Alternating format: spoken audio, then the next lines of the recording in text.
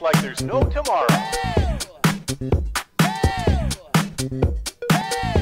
Moi je suis humoriste depuis 2013, j'ai commencé par les vidéos sur internet et ensuite je m'en suis servi comme tremplin pour monter sur scène. Donc je suis humoriste depuis on va dire à peu près 2016-2017 et 2018 j'ai fait mon premier one man show, puis je fais des scènes, j'ai eu quelques expériences dans le cinéma français et je continue à faire mes vidéos. Voilà.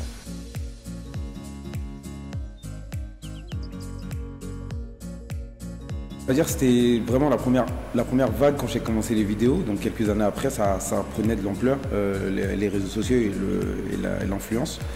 Du coup j'avais des amis qui avaient déjà un pied dans le stand-up, du coup ils m'ont proposé, ils m'ont même aidé à me lancer dans le stand-up. J'étais un peu réticent au début, je voulais pas trop et après ils m'ont vraiment initié, du coup on s'est préparé, on a fait... je me rappelle, un jour il est venu chez moi, il m'a obligé à écrire un 5 minutes et la semaine qui suivait, je suis monté sur scène et ma première expérience a été juste incroyable. J'ai trop aimé le retour en fait vivant quand on voit tout de suite sur le tiens, tu te donnes la vanne, tu reçois le truc. J'ai aimé cette expérience là, du coup ça m'a vraiment donné envie de continuer sur le stand-up.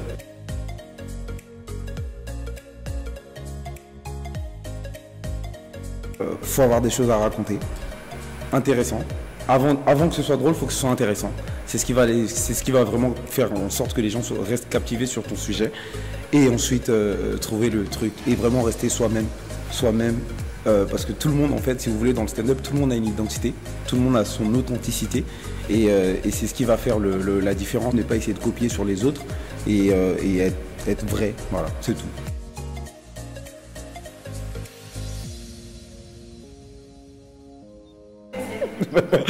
Ça m'est déjà arrivé, ça m'arrive et ça m'arrivera.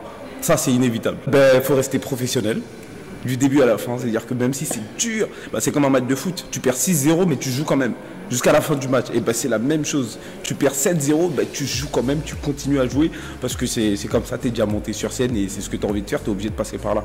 Même les plus grands sont passés par là. Les beats, c'est inévitable.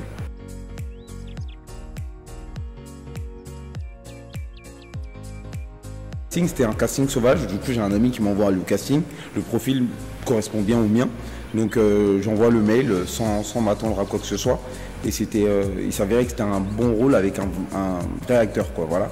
Et je vais au casting comme ça, vraiment avec une boule au ventre, j'ai peur, mais j'y vais quand même, et je me dis, Sako, t'inquiète pas, tu fais des vidéos, t'as ta caméra. Fais comme si tu étais dans ta chambre. Du coup, je me laisse, je fais un peu comme je sens. Je me rappelle quand je suis arrivé, j'étais un peu stressé et du coup, j'ai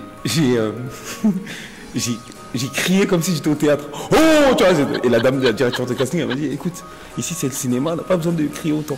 Du coup, je me suis calmé, je l'ai bien fait. Et ils m'ont rappelé par la suite. Et le deuxième film, c'était la même directrice de casting qui m'a rappelé.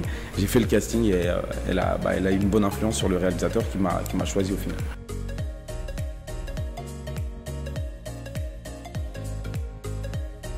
C'est impressionnant, quand on va dire nouveau dans le milieu, c'est impressionnant parce que moi je suis passé de mon téléphone à un gros tournage, des grosses caméras, des vrais acteurs, ça se passe bien, t'as du coaching pour jouer ta scène. C'est-à-dire qu'on te dit oh non, plus d'intention, plus de ça, tu vois.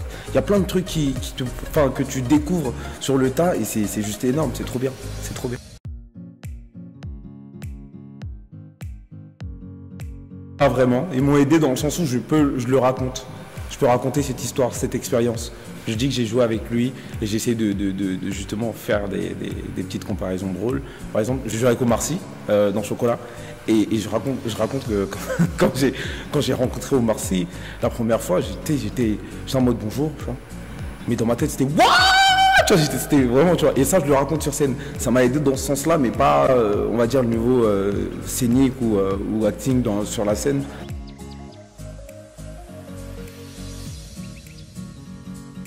Faut bosser. Je me suis rendu compte en fait au fil des années parce que moi j'avais commencé en 2013, 2015, j'ai mon premier rôle au cinéma, hyper content. Je me dis que c'est assez accessible et au fil des années en fait je me rends compte que c'est du boulot, énormément de travail. Parce que mine de rien on te propose un rôle qui correspond à ton identité, t'as pas beaucoup de travail à faire, tu restes toi-même et t'as le rôle en fait.